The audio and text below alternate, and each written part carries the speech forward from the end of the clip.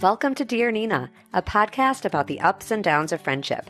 I offer practical advice with the goal of making our friendships as great as possible.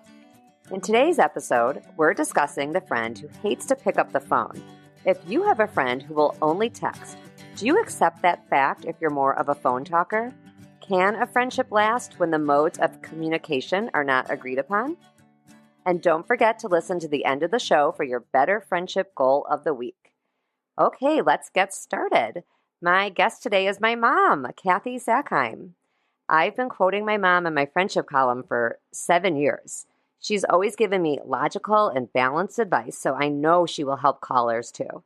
Plus, she taught me everything I know about friendship. Hi, Mom. Hi, Nina. Welcome to the show. I really appreciate you agreeing to really always be part of all the little ventures I launch. And when I started the friendship column, you were willing right away to look at the questions and give your opinion. Do you enjoy doing it? I do enjoy doing it. You know, I always like to give advice. Yep, and you will give such good advice. I do think when it comes to this topic, we should establish before we even hear the question, because I think it's fair that people know your perspective. You hate texting. I do hate texting. I think texting is for saying what time you'll be somewhere or if you'll be late. To me, it's not a way of communication. But I understand, you know, I'm in my 70s and this is a generational thing. I get that. Do you find, though, that other people your age feel the same way, or have some people moved on and they do well, I don't mean moved on, but are they communicating a little bit more like their children and grandchildren? I can think of 2 friends who do a lot of texting. And so I just go with it. You know, I figure if that's how they need to communicate, then I can adapt. Well, we'll get to the question of adapting when we hear what our caller has to say, because I have some questions about that myself that I find confusing. So we'll deal with that. And then I'll just say, you're definitely not the best texter. I remember I had to teach you what the colon and parentheses meant. Do you remember this? Or maybe no, that was I still don't know what they mean. It's a smiley face. It's a smiley. So, oh, right. Right. So you can use an emoji, which is when you pick the picture, which is a smiley face, which is a more obvious smiley face. But another way of doing it, the way people did it when we just had flip phones, is you would use a colon and a parenthesis. And so that stands for a smiley face. And listeners may find it interesting that my mom emails and texts with zero expression. You will never get a smiley face. You won't get an exclamation point. You will get just the straight answer, but it's efficient. I will say that. Okay, I think we are ready for the question, but I want to let everyone know that today's question is being read by Julie Burton, who is not only my very close friend in Minneapolis, but she's also the owner of Modernwell, a co-working space in Minneapolis where Julie and I also lead writing groups that we created about 6 years ago. Julie is the author of The Self-Care Solution and the co-host of a podcast with Stephanie Pierce called Her Next Chapter, about women taking on new ventures and making career changes or starting a new career during a new phase of life, which, Mom, you would really like because you've done a lot of that yourself. So I will leave the link to all of that in the show notes and teach you how to listen to podcasts, Mom, and you'll listen to this and you'll listen to Julie's. Just to remind everyone, Julie is the reader of the question. She is not the writer of it. Dear Nina, while I enjoy communicating with friends and family, I'm not fond of the telephone. My preferred connection is by text, email, and snail mail. What can I say? I'm not a woman who likes to talk on the phone. During COVID, I wrote and mailed over 100 I'm thinking of you cards every month. I loved connecting in this manner. Recipients enjoyed the cards too. However, some people in my life prefer telephone connection.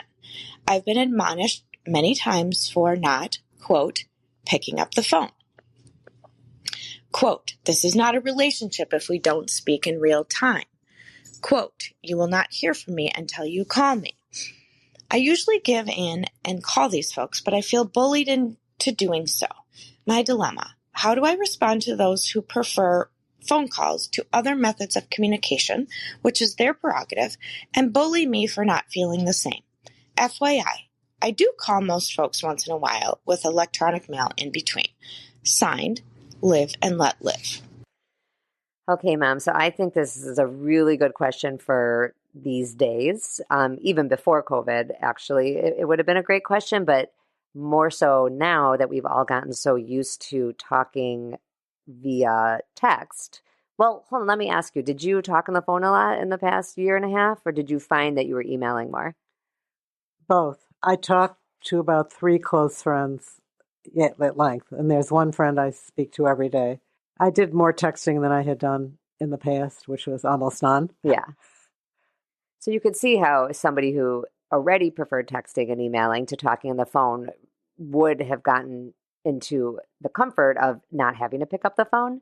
More and more people really don't like to pick up the phone. I mean, it's an issue. If you are someone who really feels like you need that for your relationships and the other person doesn't. What our caller is dealing with is this issue of friends who really prefer the phone, and sounds like family members too, but kind of what we were starting to get at before we heard the question, how is it decided whose method of communication gets to win? So you said when we were chatting earlier that you accept that some people really just like to text, and so you just go with it. Shouldn't that person also have to sometimes go with the fact that you prefer the phone? Who wins? I guess the one with the stronger personality is the one who wins. I sort of operate life in general is not to get upset about stuff I don't care about that much. Yeah. So to me, it's kind of a non-issue. So if someone really needs to do more texting, I'll go with it. Something else might come up that I might feel differently about, that I might be more insistent about. I also had a sense that what this caller was dealing with is the feeling of being bullied. Yeah. And I think she needs to speak up and maybe do a little phone calling and then say to the person, I need to get off the phone, or my husband needs me. A little white lie, maybe. Do a little phone calling to placate the person who needs the phone contact. Yeah, like a meeting in the middle. And I like what you're saying about the stronger personality. I mean, that's just reality. We don't always articulate those things, but I think marriages work that way too. I think about your son-in-law, Brian, and certain things that really matter to him that I just go along with because I know it's really important to him, and he does the same thing back. Like if something really matters to me, it's like, sure, the person who feels strongly has to be the one to also make it happen too, I think. If somebody really wants to talk on the phone, then, well, I don't like the idea that somebody is bullying this caller, but another way of looking at it is maybe the person is just advocating for what they need and they need to talk on the phone. So they're the one that are going to have to broach the subject and say, hey, I really would like to talk to you on the phone. Probably could be nicer about it. This line of our caller put it in quotes is, this is not a relationship if we don't speak in real time. It's like, well, I don't know that you could put a whole judgment on it. I certainly have a lot of friends that I text with a lot. I'm a big texter, so I feel for this caller. I text a lot and probably have to pick up the phone a little more than I do. I probably could call you more. You could. You're so different from, I'm thinking of one of your sisters who could talk on the phone all day long. Yeah. I can only stand so much. Right. So you probably would be more of a texter if you were my age. You do like email. Yeah, I do like email. No emojis, no exclamation points, but you still like email. I wanted to share something I think you'll find interesting, and hopefully if our caller hears this, we'll find interesting. Mom, do you know who Susan Orlean is? Yes. So for our listeners, I'll just comment that she's a staff writer at The New Yorker, but she's the author of The Orchid Thief and The Library Book more recently, and tons of other books, and she's a great writer. She wrote in an article pretty recently, post-COVID, she wrote, I am platform agnostic when it comes to friends. I adapt to their preferred mode. So I find myself bouncing between all of these methods of friend connection. It's dizzying. Sometimes I mix them up. I'd been texting a friend recently and was frustrated that her responses were seldom and curt. Suddenly, I remembered that she's a FaceTimer, not a texter. She answered my FaceTime call immediately, something my non-FaceTime friends would never do, and was as chatty as can be. That same day, I got an email from a friend reminding me that he really prefers emailing to texting, by way of explaining why he hadn't replied to my last few texts. My sister only communicates with me via Facebook Messenger.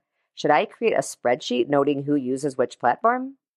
I thought that was really pertinent to this conversation. Absolutely. And it kind of gets to the thing I'm struggling with myself sometimes, which is Susan is saying that she adjusts all of her communicating to what her friends want. And you really answered that already with, okay, whoever has the stronger personality and the stronger preference kind of wins that. But it's like, how do you know? And you really don't know unless you communicate. So if you truly only want to FaceTime with your friends, I guess you have to say so. But if you're like our caller and you only want to text and you don't want to FaceTime or call, it's hard. I guess what I'm saying is it is challenging, and there isn't a one answer to it. It's just maybe to acknowledge it's a challenge. It is challenging when both people feel strongly. You have a friend who will only text, and you have a friend who only wants to talk on the phone or only considers talking to be the real friendship. I don't know. It's a tough one. It is a tough one. I think what the caller was objecting to was the manner that this person stated her preference. Yeah. Had this person said to her, I'd really like to talk to you more. Talking to you means a lot to me. If she had given an I feel message as opposed to, if you want to be friends, it has to be my rules, I think the caller would have responded differently. That's such good advice. See, everyone, this is why we go to Kathy Sackheim for all the advice. All right, we have one more comment to listen to from Julie. Back to Julie Burton. She read the question for us, and then she had some thoughts about it she wanted to share. Live and let live. Wow. 100 cards over COVID a month. That's amazing. So we just need to acknowledge that. Very thoughtful gesture, and I'm sure meant so much to the people who received them. My take on this is that relationships are a two-way street, right? So the fact that you prefer writing, emailing, texting, snail mail, that's great. But other people, other friends, family members, it like you said, it's their prerogative to prefer talking on the phone. So I think that while you can still, it's totally cool to have your main form of communication be in writing, I think out of respect for the other person that you're in the relationship with, if they really feel like they need to have voice conversations with you, then there's got to be sort of the meeting in the middle, which you do say that you do sometimes, which is great. But I think that there's nothing wrong, obviously, with preferring the writing, but it also is important to honor and respect what the other person prefers and not necessarily thinking of it as bullying, but thinking of it as them sharing their needs with you, that they need to hear your voice, that's how they feel the most connected. Okay, Mom. Well, Julie really echoed a lot of what we already said, and I think we all agree with her. One thing she brought up that I'm really glad she did is this point about how thoughtful it is that our caller sent all those cards. That's really special. Not a lot of people do snail mail, and I think Julie's right that she gets a lot of credit for being so thoughtful. I agree.